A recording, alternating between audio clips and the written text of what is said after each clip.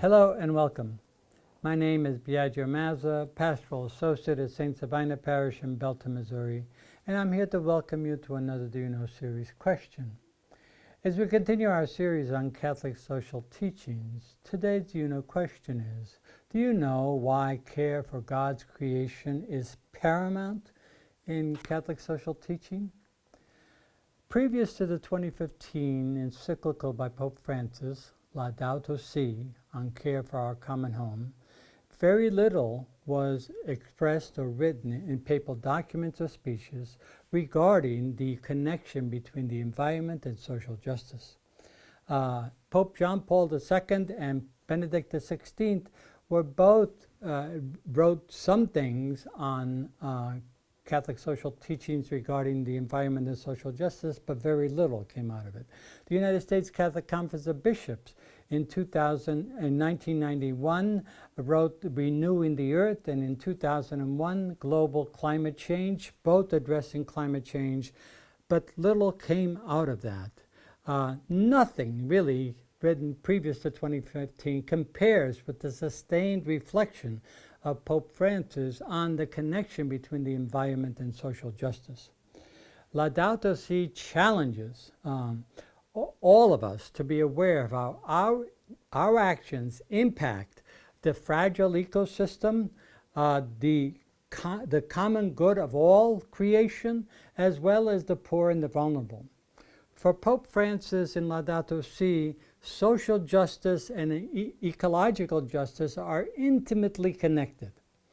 So, in order for this to happen, it challenges us to restore the balance between the harmony with all of creation, and this is going to demand all sorts of challenges on our part, sacrifices, both in our private lives as well as in our corporate structures, social policies, and so on.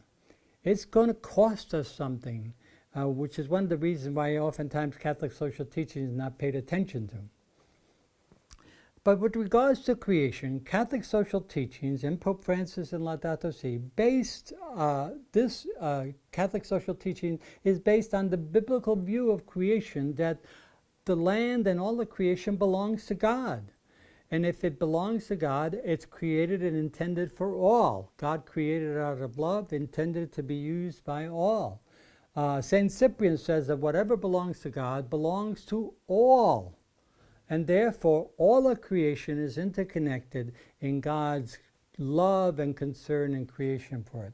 And human beings are part of creation, not separate from it. So humanity, unfortunately, has not always adhered to these biblical values. And I'd like to just mention three different models of creation that have really endured, and some emerging models that are coming forth in questioning some of the previous models. The three major models are the dominion model, the stewardship model, and the kinship or community of creation model. The dominion model is the most enduring model even to this very day. It is centered on humanity as having dominion, power, and control over creation, regardless, oftentimes, of its consequences. It interprets Genesis 1:26 and 28 as giving human beings dominion, control over creation, thus exploiting creation for its own purposes, again, regardless of the consequences. In this model, which again endures to this day, humanity is seen as separate from the rest of creation, which leads to an arrogance and abuse of creation, and it still endures to this very day, which results in the ecological crisis that we are experiencing today. This model has really continues to endure, but the new model surfaced a number of years ago called the stewardship model, which is still very prevalent in Catholic social teaching. This has human beings still being on top of the pyramid of creation, but it calls human beings to care and protect creation for humanity's own good. Humanity is seen, therefore, as carers and protectors of creation in order to make sure that creation really serves humanity. Humanity is still somehow or other connected to creation, but only as the top of the pyramid. Still sees humanity as above creation, in other words. The most recent model, and the one model emerging that still struggles with emerging and understanding, that Pope Francis begins to insert in a powerful way in Laudato Si, is what they call the kinship model or the community of creation model. This model essentially understands humanity as being intimately connected in a kind of familial relationship with all of creation.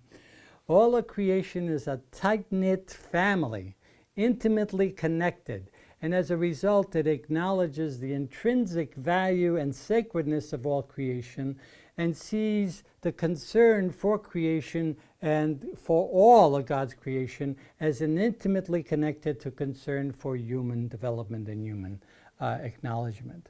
And so it acknowledges, therefore, that all of us are connected intimately and we need to care for one another. So Catholic social teachings and Laudato Si challenges all humanity to acknowledge this familial intimacy with all of creation. And Pope Francis says in order for us to do that well, it demands an ecological convergence of mind and heart in seeing the intimate connection with all creation. I would like to end with just a brief quote from Elizabeth Johnson, who has written a book called Ask the Beasts, in which she talks about what are some of the goals with regards to this kingship model or this community of creation model. And so this brief quote is from Elizabeth Johnson's Ask the Beast. We all share the status of creaturehood. We are all kin in the evolving community of life, now under siege. Our vision must be one of flourishing for all.